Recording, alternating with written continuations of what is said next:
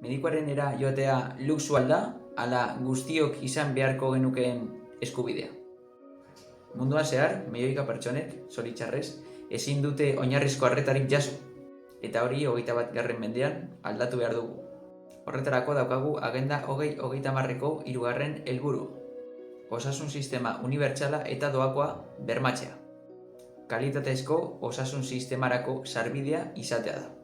Kalitatezko osasun sistema bat gizarte ororen desira da.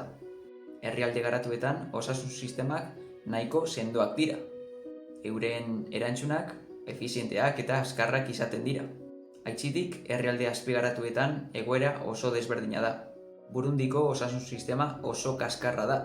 Ospitaleko argia joaten da, bertako langileen prestakuntza oso baxua da, eta baliabide kantitatea oso eskasa da, oso eskasa. Hortaz, gaixotasunen arriskua oso altua da.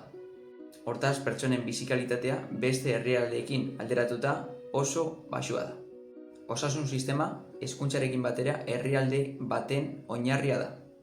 Horregatik, osasun sistema publikoak sustatu behar ditugu. Bai ala bai. Entitate pribatuak egon aldira, noski, baina osasun sistema publikoa bermatu behar dugu. Esaterako mundu mailan erreferentea dena Osakidetza. Euskal osasun sistema publikoa. Eta gogora ekarri behar dugu gizarte osasuntsua pertsona osasuntsuez osatuta dagoela. Barne produktu gordinaren atal garrantzitsu bat joan beharko luke osasunera. Duda barik.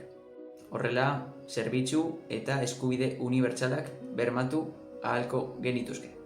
Behin eta berriz, osasunaren eta osasun sistema publikoaren garrantzia azpimarratu behar dugu. Guztiona, guztiontzat.